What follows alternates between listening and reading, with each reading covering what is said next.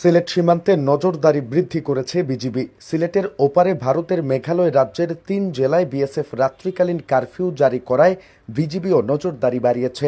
অনুপ্রবেশ, পুশিন ও চোরাচালান ঠেকাতে বিজিবি এই ব্যবস্থা নিয়েছে বলে জানা গেছে।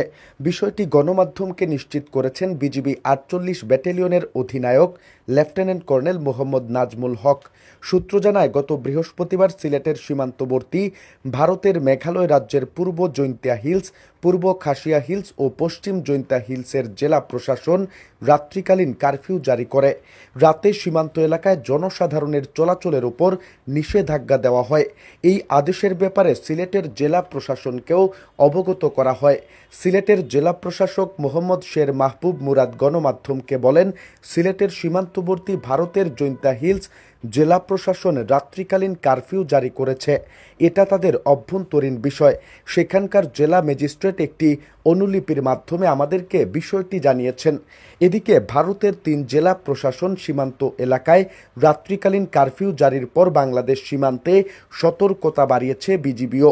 সীমান্ত এলাকায় আগের চেয়ে টহল বৃদ্ধি করা হয়েছে। সিলেটস্থ বিজিবি ৪৮ ব্যাটালিয়নের অধিনায়ক লেফটেন্যান্ট কর্নেল মোহাম্মদ নাজমুল হক জানান, বাংলাদেশ থেকে কেউ যাতে ভারতে অনুপ্রবেশ করতে না পারে কিংবা ভারত থেকে পুশব্যাক করা না যায়, সেজন্য বিজিবি নজরদারি বাড়িয়েছে। চোরাচালান ঠেকাতেও বিজিবি সতর্ক রয়েছে। সীমান্তবর্তী এলাকার জনসাধারণকে সচেতন করার কাজও করছে বিজিবি।